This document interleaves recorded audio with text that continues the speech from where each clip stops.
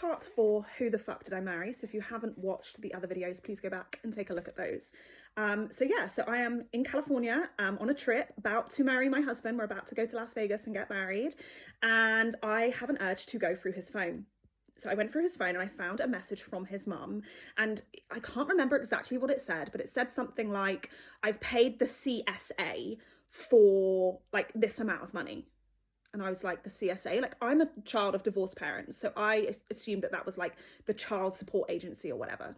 So I straight away spoke to him. I actually texted him because he wasn't there at the time, and I actually have a text with and it says, he came back and said, hey, no, it's nothing to do with children.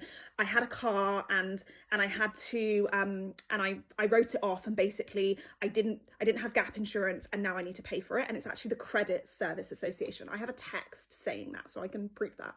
I actually showed it to my cousin the other day, and she was like, whoa.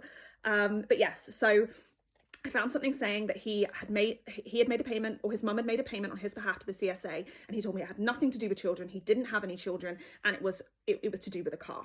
And I was like, okay, if that's what you say. I didn't really have the kind of relationship with his parents where I felt that I could ask them, to be honest. I obviously mentioned in the previous video that his mum had been to prison. This is something that his family have never, ever discussed with me, ever. I have never, ever, ever had a discussion with his parents. It's like it happened, and nobody ever talked about it ever again. So I didn't really have a relationship with them where I felt like I could ask that question, so I didn't.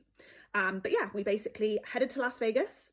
We got married in the same chapel as Brittany, and we had a fantastic time in Las Vegas. What I will say, and I haven't covered this off in some of my previous videos, is my husband, during like our dating phase and all of those, he pretty much paid for everything during like the dating phase. Like when we'd go out for drinks and dinner and all those things, he would always be paying. And he really, really did like sweep me off my feet. We lived this amazing lifestyle. We'd been on holiday to Dubai and the Amalfi Coast in Italy, and we'd done, Vegas and California. Like, we lived this amazing, amazing lifestyle. So basically, he was staying in America for a little bit longer to keep setting up the business, and I was flying back to the UK to go back to work. So I flew back to the UK, and as I was flying back to the UK, there was a lot of people in masks. People were starting to talk about this new flu, and COVID hit. He was still in America when COVID hit. I was messaging him from the UK because I'd landed by this point. None of our families, by the way, knew that we were married. My family didn't know, his family didn't know. We'd only told our closest friends because we wanted to get married properly another time.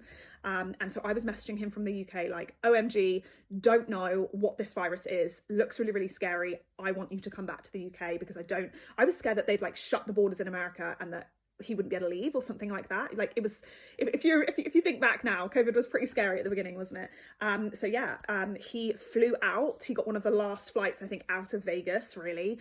So he flew from LA to Vegas and then flew back to the UK to be with me, and COVID hit.